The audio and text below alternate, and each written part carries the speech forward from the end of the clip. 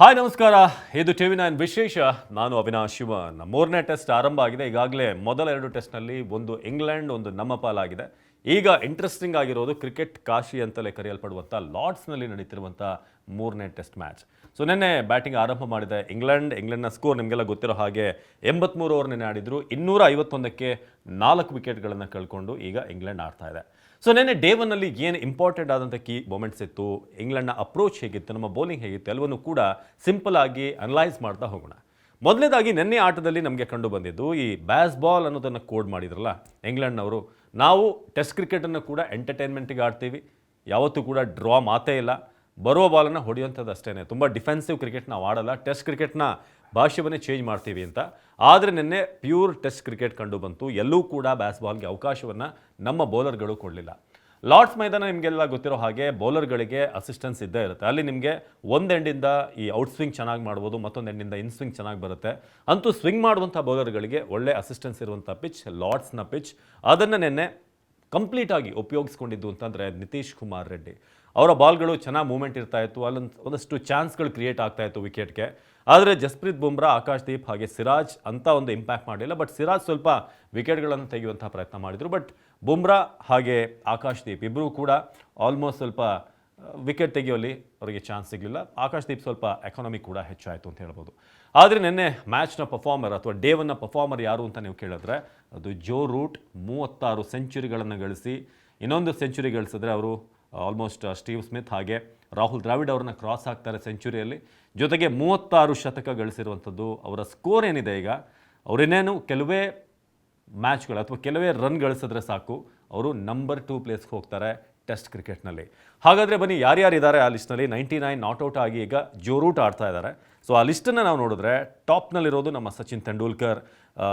329 ಇನ್ನಿಂಗ್ಸ್ನಲ್ಲಿ 200 test ಮ್ಯಾಚ್ಗಳಲ್ಲಿ 15,921 run ಗಳಿಸಿರೋದು top most ಆಗಿದ್ದಾರೆ. ಅವ್ರ ಕೆಳಗಿರೋದು ಪಾಂಟಿಂಗ್ 160 ಟೆಸ್ಟ್ನಲ್ಲಿ 13,378. ಅವರ ಕೆಳಗೆ ಕ್ಯಾಲಿಸ್ 3ನೇ ಪ್ಲೇಸ್ 13,289. ಅದಾದಮೇಲೆ ನಮ್ಮ ಹೆಮ್ಮೆಯ ರಾಹುಲ್ ದ್ರಾವಿಡ್ 13,288. ಈಗ ಅದಾದಮೇಲೆ ನೆಕ್ಸ್ಟ್ ಇರೋದೇ ಜೋ ರೂಟ್ 13,214.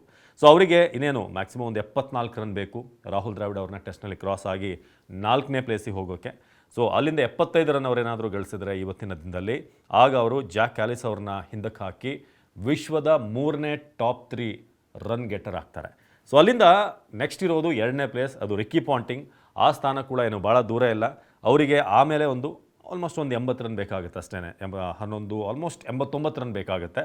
ಆಗ ಅವರು ರಿಕ್ಕಿ ಪಾಂಟಿಂಗ್ ಅವರ 13,378 ರನ್ ಏನಿದೆ ಅದನ್ನು ಕ್ರಾಸ್ ಮಾಡಿ ತೆಂಡೂಲ್ಕರ್ ಅವರ ನಂತರ ವಿಶ್ವದ ಅತಿ ಹೆಚ್ಚು ಟೆಸ್ಟ್ ರನ್ ಗಳಿಸಿದಂಥ ಪ್ಲೇಯರ್ ಆಗಿ ನಂಬರ್ 2ಗೆ ಬರ್ತಾರೆ ಜೋ ರೂಟ್.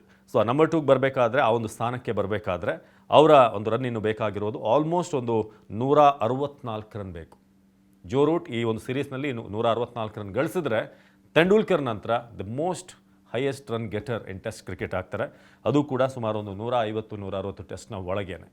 ಸೊ ಹೀಗೆ Joe Root modern day legend, ನಿಮಗೆಲ್ಲ ಗೊತ್ತದು. ನಿನ್ನೆ ಆಡಿದಂಥ ರೀತಿ ಕೂಡ ನೀವು ನೋಡಿದ್ರಿ. ಸಿರಾಜ್ ಆಗಾಗ ಹೋಗಿ ಇವರ ಡಿಫೆನ್ಸ್ ನೋಡಿ ಹೋಗಿ ರೇಗಿಸ್ತಾ ಇದ್ರು, ಎಲ್ಲಿ ನಿಮ್ಮ ಬ್ಯಾಸ್ ಬಾಲ್ ಕ್ರಿಕೆಟ್ ಬರ್ತಾ ಇಲ್ಲ. ಶುಭ್ಮಾನ್ ಗಿಲ್ ಕೂಡ ಸ್ಲಿಪ್ಪಿಂದ ರೇಗಿಸ್ತಾ ಇದ್ರು, ಏನು ಎಂಟರ್ಟೈನ್ಮೆಂಟ್ ಎಲ್ಲ ಬಂದಾಗಿದೆ, ಪ್ರಾಪರ್ ಬೋರಿಂಗ್ ಟೆಸ್ಟ್ ಕ್ರಿಕೆಟ್ ಆಡ್ತಾ ಇದ್ದಾರೆ ಯಾಕೆ ಅಂತ ರೇಗಿಸ್ತಾ ಇದ್ರು. ಇನ್ನೊಂದು ಭಾಳ ವಿಶೇಷ ಆಗಿದ್ದು ಅಂತ ಏನಂತಂದರೆ, ನಿತೀಶ್ ರೆಡ್ಡಿ ಬೌಲಿಂಗ್ ಮಾಡಿದಾಗ ಬಾಗುಂದ್ರ ಮಾವ ಅಂತ ಅಲ್ಲಿ ಹಿಂದೆ ಶುಭ್ಮಾನ್ ಗಿಲ್ ತೆಲುಗುಲಿ ಅಲ್ಲಿ ಕಮೆಂಟ್ ಮಾಡ್ತಾ ಇದ್ದಿದ್ದು ಎಲ್ಲವೂ ಕೂಡ ಭಾಳ ಇಂಟ್ರೆಸ್ಟಿಂಗ್ ಆಗಿತ್ತು. ಸೊ ಭಾರತದ ಪರವಾಗಿ ನಿನ್ನೆ ಪರ್ಫಾರ್ಮರ್ ಯಾರು ಅಂತ ನೋಡಿದ್ರೆ ಅದು ಖಂಡಿತ ನಿತೀಶ್ ಕುಮಾರ್ ರೆಡ್ಡಿ. ಫಸ್ಟ್ ಟೆಸ್ಟನ್ನು ಅವರಿಗೆ 2ನೇ ಟೆಸ್ಟ್ನಲ್ಲಿ ಅವಕಾಶ ಸಿಕ್ತು ಅಂತ ಒಂದು ಇಂಪ್ಯಾಕ್ಟ್ ಮಾಡಲಿಲ್ಲ ಅವರು.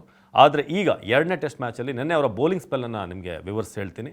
So Nitish Kumar Reddy 14 over 46 run 2 ವಿಕೆಟ್ಗಳನ್ನು, ಅದು ಕೂಡ ಓಪನರ್ಸ್ ಇಬ್ಬರನ್ನು ಅವರು ವಾಪಸ್ ಕಳಿಸ್ತಾರೆ. ಡೇಂಜರಸ್ ಡಕೆಟ್ ನಿಂತರು ಅಂತಂದರೆ ಆಟೋಮೆಟಿಕ್ಲಿ ರನ್ ಬರ್ತಾ ಇರುತ್ತೆ. ಅವ್ರ ಜೊತೆಗೆ ಝ್ಯಾಕ್ ರಾಲಿ ಇಬ್ಬರನ್ನೂ ಕೂಡ ಅವರು ವಾಪಸ್ ಪೆವಿಲಿಯನ್ಗೆ ಕಳಿಸಿ ಆರಂಭದಲ್ಲಿ ಅವ್ರಿಗೊಂದು ಹೊಡೆತ ಕೊಟ್ಟರು ಅಂತ ಹೇಳ್ಬೋದು. ಆಮೇಲೆ ಜಡೇಜಾ ಕೂಡ ಚೆನ್ನಾಗಿ ಡೀಸೆಂಟ್ ಬೌಲಿಂಗ್ ಮಾಡಿದ್ರು. 10 ಓವರ್ಗೆ 1 maiden 26 run 1 wicket. Sundar 10 over ಮಾಡಿದ್ರು, 1 ಮೇಡಿನ್ 21 ರನ್, ಆದರೆ ವಿಕೆಟ್ ಇಲ್ಲ. ಇನ್ನೊಂದು ವಿಕೆಟ್ ಬಂದಿದ್ದು ಬುಮ್ರಾ 1 ವಿಕೆಟನ್ನು ಗಳಿಸಿದ್ರು.